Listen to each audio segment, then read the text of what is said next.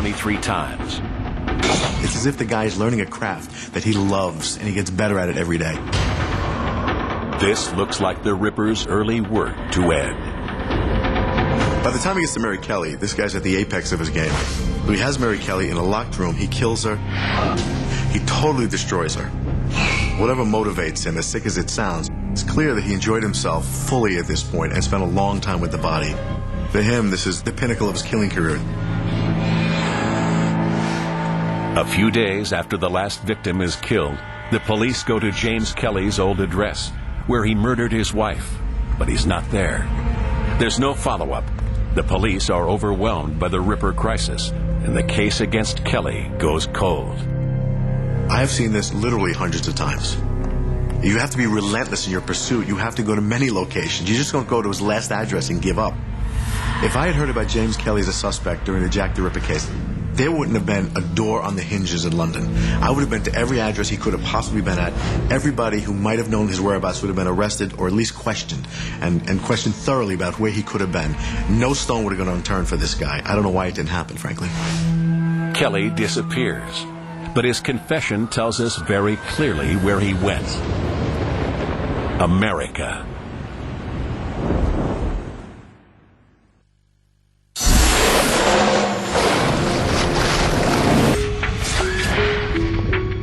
Cold case detective Ed Norris is searching for history's greatest serial killer, Jack the Ripper.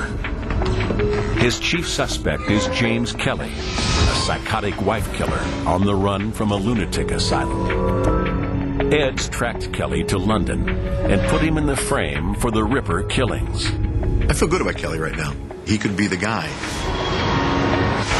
Ed has uncovered 2 bloody murders in New York matching the Ripper's gruesome M.O. There's a psycho on the loose, but could it be Kelly? If I can put him in New York City at the time of the Carrie Brown murder, I'd be very excited. Kelly's confession already places him in the United States. He gives an account of where he was, and where he was all over the place. He comes to America many times, not just once. It's a great piece of evidence. Kelly's in America, but Ed needs to tie him to the murder of the New York prostitutes.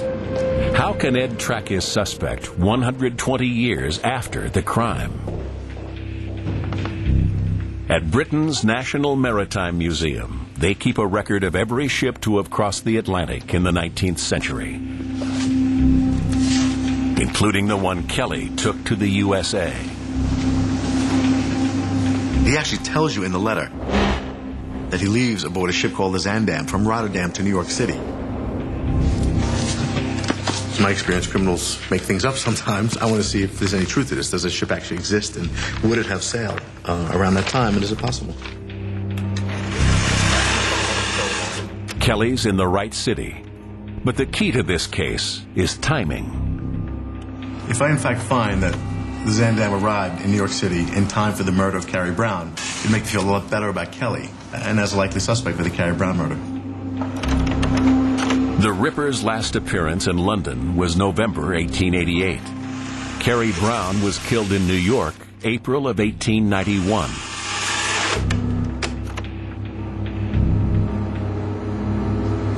Zandam, there we go. All right. Zandam, Rotterdam. There it is. Got it. Tells me the Zandam went from Rotterdam to New York in time for the Carrie Brown murder. Apparently arrived about October 7th, 1890. So a good couple months right before, so perfect. Kelly's ship was just one carrying thousands of people from London every week. But Kelly has problems. He's a known killer on the run.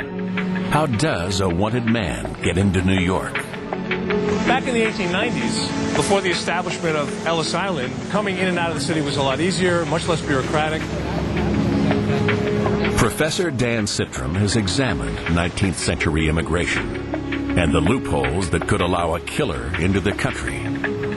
Before passports, before driver's licenses, photo IDs of all kind, people could come and go in a much more easy fashion. You could totally start your life over. That's right, and that was the attraction of a place like New York for an awful lot of people who were trying to remake themselves, trying to escape a crime or whatever it might be.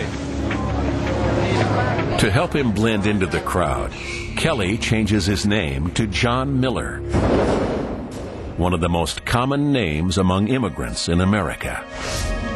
He becomes one of thousands of John Millers. It's like a disguise.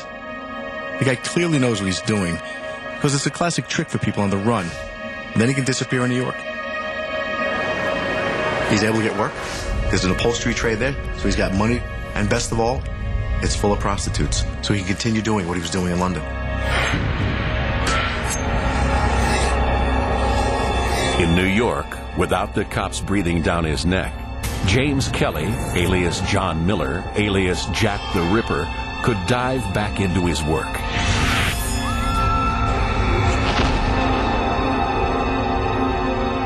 And knowing Kelly's history, Ed now discovers a new pattern to the killings. One that may explain the X that was carved into New York prostitute Carrie Brown. What if the X wasn't a letter, but a number? The X could be significant because if you accept there are 5 victims, we all accept that. If you put in the other 3 that are widely accepted beyond the 5, that's 8. You include his wife, that's number 9. Carrie Brown could be number 10, and the X could signify the Roman numeral 10, his 10th victim. With 10 deaths on the books, the case against Kelly gets more pressing. But before Ed can finally nail his suspect, he needs eyewitness corroboration. 80 years after his death, James Kelly is about to face a criminal lineup. In the hunt for Jack the Ripper, Ed Norris is closing in on his prime suspect. James Kelly, a psychotic wife killer who escaped from a lunatic asylum and spent 40 years on the run. From deep in a century-old archive, Ed has found a surviving picture of his target. Now, Ed plans to use a modern forensic technique to see what secrets the old photo can reveal. So we're going to take that photo of him at 67 and see if it's possible to de-age the photo. They've used this in the past, the other way. I've taken photos of children and tried to age them into adults if they're missing. I've taken suspects who are on the run as young men to try to age them to what they look like now. I've never used it in the reverse. I want to see if it's possible. Steve Mancusi was the NYPD's senior forensic artist for nearly 30 years, helping to crack some of its most difficult cases. Now he's going to remove 40 years from James Kelly's photo. As you get older, all that gravity sets in, and your face starts to droop. We clean him up a little bit, give him more of a younger, brighter look. We're toning his body down a little bit, starting to darken up his hair. I've never seen it done in reverse. His eyes were an issue early on, so we give him a little bit younger, brighter expression. Forensic art really brings a very interesting part to an investigation. A lot of times it will pull the proverbial rabbit out of the hat. When you have nothing, it gives you something. In 1888, there was a certain style to the hair and to the mustache.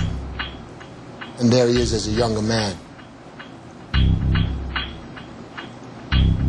Ed's next step, put Kelly's face next to the Ripper's. Steve Mancusi pulls up the best image we have of Jack the Ripper.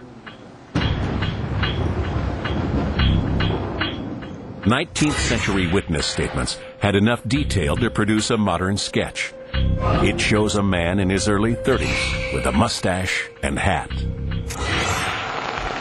He seemed to be wearing one of these felt hats. Yeah. That's how the witness saw him.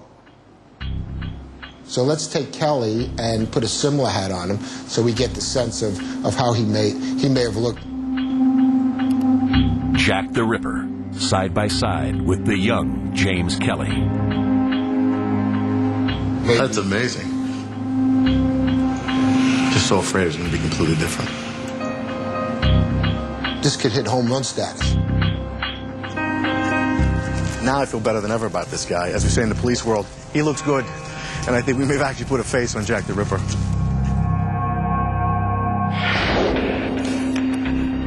With the evidence against Kelly mounting, Ed returns to the remarkable confession Kelly made at the end of